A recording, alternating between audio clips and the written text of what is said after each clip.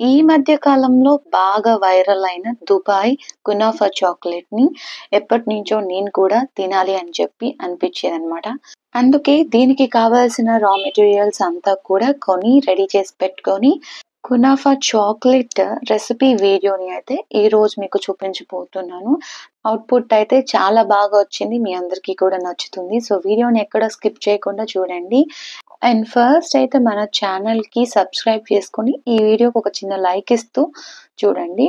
పిస్తాషియోస్ main ingredient కాబట్టి, అది ఒక 100 గ్రామ్స్ ఆఫ్ పిస్తాషియోస్ తీసుకొని బాగా బాయిల్ చేసుకోవాలనమాట. ఒక 2-3 మినిట్స్ మంచిగా బాయిల్ వచ్చిన వెంటనే ఆఫ్ చేసేయండి. తర్వాత దీన్ని ఒక స్ట్రైనర్‌లో పోసుకొని, సరేనా? ఆ తర్వాత కూలింగ్ వాటర్‌లోకి వేసుకోవాలి. ఈ ప్రాసెస్ అంతా ఎందుకు అంటే, మనకి పిస్టాచియోస్ మీద ఒక లేయర్, పింక్ లేయర్ అనేది ఉంటుంది. తోలు ఉంటుంది. అది నార్మల్‌గా మీరు తీయాలి అంటే చాలా కష్టం అన్నమాట. అందుకే మనం ఇలా లైట్‌గా ఉడకబెట్టుకొని తర్వాత కూలింగ్ వాటర్‌లో వేసుకుంటే త్వరగా మనం తోలు అనేది రిమూవ్ చేసేసుకోవచ్చు. ఈ పీల్ ఆఫ్ అనేది ఎందుకు అంత ఇంపార్టెంట్ అంటే, పైన లేయర్‌తో పాటు మీకు గ్రైండ్ చేస్తే మీకు పేస్ట్ అనేది స్మూత్‌గా రాదు అండ్ గ్రీన్ కలర్‌లో కూడా రాదు కాబట్టి, మనం అవన్నీ రిమూవ్ చేసుకున్న తర్వాత మంచిగా డ్రై చేసుకోవాలి. అంటే తడి ఉండకూడదు. తేమ ఉండకుండా చూసుకోవాలి. ఒకటి మీరు అలా ఎండలో అన్నా పెట్టేయొచ్చు మార్నింగ్ టు ఈవినింగ్. లేదు అనుకుంటే బాండల్లో వేసుకొని లైట్‌గా మీరు వేడి చేసుకోవాలి. సిమ్‌లో పెట్టి వేడి చేసుకుంటే మొత్తం కూడా ఎండిపోతుంది. సో, ఆ తేమ ఏమీ ఉండకుండా, నీళ్లుగా ఉండకుండా డ్రైగా అయిపోతుందన్నమాట.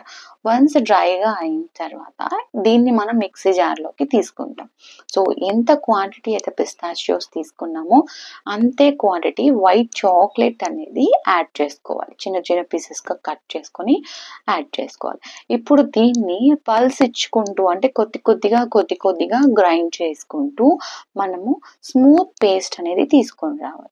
సో, మీరు కొంచెం గ్రైండ్ చేసుకోండి. మళ్ళీ అంతా కూడా స్క్రాప్ చేసుకోండి. స్పూన్‌తో కలిపేసుకోండి. మళ్ళీ గ్యాప్ ఇచ్చి ఇంకొక 1 మినిట్ గ్రైండ్ చేసుకోవాలి. ఈ విధంగా ఒక 4-5 టైమ్స్ మీరు స్క్రాప్ చేసుకుంటూ, గ్రైండ్ చేసుకుంటూ ఉంటే మీకు ఈ విధంగా మెత్తటి పేస్ట్ అనేది వస్తుందన్నమాట. సో, మెత్తటి పేస్ట్ వచ్చేంత వరకు మనం గ్రైండింగ్ అనేది చేసుకోవాలి. ఫుడ్ ప్రాసెసర్ లాంటివి ఉంటే గనక అలాంటి గ్రైండర్స్‌లో అయితే మీకు త్వరగా నీట్‌గా అయిపోతుంది. బ్లెండర్స్ అయినా కూడా యూజ్ చేయొచ్చు.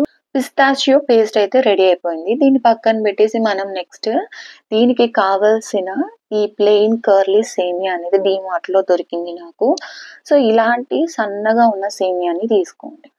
సో, దానికి ఈక్వల్‌గా మనకి ఎంత పిస్తాచియో వచ్చిందో అంతే ఈక్వల్‌గా సేమియా తీసుకుంటే సరిపోతుంది. అండ్ ఇందులో నేను ఒక 5-10 గ్రామ్స్ ఆఫ్ బటర్ అనేది అన్సాల్టెడ్ తీసుకున్నాను. ఇప్పుడు మనం ఈ బటర్ ప్లేస్‌లో ఘీ అయినా కూడా యాడ్ చేసుకోవచ్చు. మీ ఇష్టం.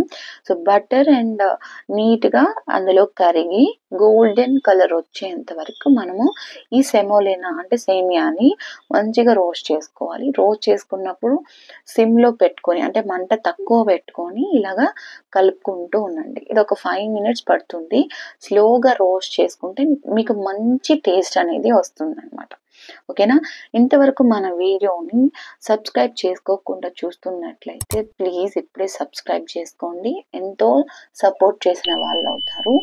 నెక్స్ట్ వచ్చేసి మనం సేమియా అండ్ పిస్తాచియో పేస్ట్ 2 కూడా బైండింగ్ చేస్తాము. అంటే మిక్స్ చేస్తాము. కాస్త వేడిగా ఉన్నప్పుడే సేమియాని, ఈ పిస్తాచియో మిక్చర్‌ని 2 కూడా ఇలా స్పాచులా యూజ్ చేసి అయినా చేయండి. లేదు అనుకుంటే మీ చేతులు హీట్ తట్టుకోగలవు అనుకుంటే మీరు డైరెక్ట్‌గా చేత్తో కూడా మిక్స్ చేయొచ్చు. వన్స్ రఫ్‌గా ఇలా మిక్స్ అయిన తర్వాత ఇందులోకి నేను 1 టీ స్పూన్ ఫ్రెష్ క్రీమ్ అనేది యాడ్ చేస్తున్నాను. ఎందుకు అంటే మనకి గట్టిగా ఉంటే సరిపోదు. ఫిల్లింగ్ అనేది కాస్త ఆహ్, ముద్దలాగా రావాలి. అంటే కాస్త క్రీమీగా కొంచెం థిక్‌గా కావాలి కాబట్టి మనం ఇందులో fresh cream and 1 table spoon వరకు నేను మిల్క్ మేడ్ యాడ్ చేస్తున్నాను. ఇది ఎందుకంటే నాకు తిని చూసినప్పుడు స్వీట్‌నెస్ అనేది తక్కువ అనిపించింది. అందుకే నేను మిల్క్ మేడ్ యాడ్ చేస్తున్నాను. సో, మీ టేస్ట్‌కి తగ్గట్టు మీరు మిల్క్ మేడ్ అనేది ఇందులో ఎంతైనా యాడ్ చేసుకోవచ్చు. చూడండి ఈ విధంగా కన్సిస్టెన్సీ ఉండాలి. లైక్ కొంచెం థిక్ స్ప్రెడబుల్ కన్సిస్టెన్సీలో ఉండాలన్నమాట. ఈ స్టెప్‌ని మీరు ఇనీషియల్‌గా పిస్తాషియోస్ గ్రైండ్ చేసిన తర్వాత కూడా మిల్క్ మేడ్ యాడ్ చేసుకొని డైరెక్ట్‌గా స్మూత్ ఫ్లోయింగ్ కన్సిస్టెన్సీలోకి తీసుకొని రావచ్చు. అప్పుడు కూడా ఇలాగా సేమియా మిక్స్ చేసుకోవచ్చు. సో, బోత్ ఆర్ సేమ్ అనమాట. మీ కన్వీనియంట్ బట్టి ఎలాగైనా చేసుకోండి. దీనికి నేను 150 grams of Amul dark chocolate అనేది తీసుకున్నాను. మీరు ఏ చాక్లేట్ అయినా తీసుకోండి. నా దగ్గర ఆ టైంకి ఇంట్లో డార్క్ చాక్లేట్ ఉంది కాబట్టి నేను ఇది తీసుకుంటున్నాను. ఒకవేళ మీరు మిల్క్ చాక్లేట్‌తో ట్రై చేస్తే కనుక ఇంకా బ్రహ్మాండంగా ఉంటుంది output. So, overall 100 grams of chocolate అనేది రిక్వైర్మెంట్ ఉంటుంది. సో, తీసుకున్న చాక్లేట్‌లు చిన్న చిన్న ముక్కలుగా కట్ చేసుకోండి. ఒక 70-80% ఆఫ్ చాక్లేట్‌ని ఫస్ట్ మనము డబుల్ బాయిలర్ మెథడ్ యూజ్ చేసుకొని మెల్టింగ్ అనేది చేసుకుంటాము. రిమైనింగ్ అలా ఉంచండి. ఎందుకంటే మళ్ళీ లాస్ట్‌లో మనం మిక్స్ చేస్తాము కాబట్టి ఫస్ట్ తీసుకున్న ఈ 70% ఆఫ్ చాక్లేట్‌ని మనం ఇలా డబుల్ బాయిలర్ మెథడ్‌లో మెల్లిగా మిక్స్ చేసుకుంటూ ఉంటే మీకొక స్మూత్ కన్సిస్టెన్సీ వస్తుంది. వన్స్ ఆ కన్సిస్టెన్సీ వచ్చిన తర్వాత ఆ వేడి మీద ఉన్నప్పుడే రిమైనింగ్ 30-20% ఆఫ్ చాక్లేట్ ముక్కల్ని కూడా ఇందులో వేసుకొని ఇప్పుడు బాగా ఆ ముక్కలు కరిగిపోయేంత వరకు మిక్స్ చేసుకోవాలి. ఒకవేళ ఈ ప్రాసెస్ చేస్తున్నప్పుడు ఎక్కడైనా సరే మీకు వేడి చల్లారిపోతుంది అనిపించినప్పుడు మళ్ళీ స్టవ్ మీద పెట్టుకొని లైట్‌గా ఆ వేడి నీళ్ళని వేడి చేసుకొని మళ్ళీ దించుకోవచ్చు. ఇది కునాఫా చాక్లేట్ మోల్డ్ అనమాట. దీన్ని యూజ్ చేసి మనం ఇప్పుడు చేయబోతున్నాం. ఫస్ట్ నేను కొంచెం వైట్ చాక్లేట్‌ని ఇలాగా పైపింగ్ బ్యాగ్‌లో వేసుకొని హాట్ వాటర్‌లో పెడితే మంచిగా మెల్ట్ అయిపోతుంది. ఆ వైట్ చాక్లేట్ డ్రాపింగ్స్ అనేటివి ఇలాగా లైన్స్ లాగా ఇచ్చేసుకుంటాము. దీని తర్వాత ఏదైతే డార్క్ చాక్లేట్ మెల్ట్ చేసి పెట్టుకున్నామో ఇంతకుముందు, దాన్ని ఓవరాల్ ద మోల్డ్ అనేది అన్ని వైపులా వచ్చేట్టు మనం అప్లై చేసుకోవాలి. ఇక్కడ ఫస్ట్ స్టెప్ మీరు జాగ్రత్తగా చేయండి. ఎక్కడా కూడా గ్యాప్స్ ఉండకూడదు. అంటే చాక్లేట్ లేకుండా ఉంటే కనుక మనకి ఫిల్లింగ్స్ అన్నీ బయటకు కనిపించే ఛాన్సెస్ ఉంటాయి కాబట్టి 1-2 సార్లు ఓవరాల్ ద మోల్డ్ 4 వైపులా చూసుకోండి. ఫిల్ అయిందా లేదా? ఫిల్ అవ్వకపోతే మళ్ళీ స్పూన్‌తో మీరు ఎక్కడెక్కడ పల్చగా అనిపిస్తుందో ఒకసారి ఫిల్ చేసుకోండి. ఫస్ట్ కోటింగ్ అయిన తర్వాత ఒక 10-20 మినిట్స్ ఫ్రీజర్‌లో పెట్టుకుందాం. సో, పెట్టిన తర్వాత మీకు ఈ విధంగా నీట్‌గా సెట్ అయిపోయి ఫినిషింగ్ అనేది వస్తుంది. బాటమ్ లేయర్ ఆల్రెడీ థిక్‌గా ఉంటుంది. కానీ సైడ్ లేయర్స్ కొంచెం పల్చగా ఉంటుంది కాబట్టి ఈ సెకండ్ టైమ్ కోటింగ్‌లో సైడ్ లేయర్స్ మాత్రం ఇంకొక లేయర్ వచ్చేసి చాక్లేట్ ఈ విధంగా అప్లై చేసుకుంటాను.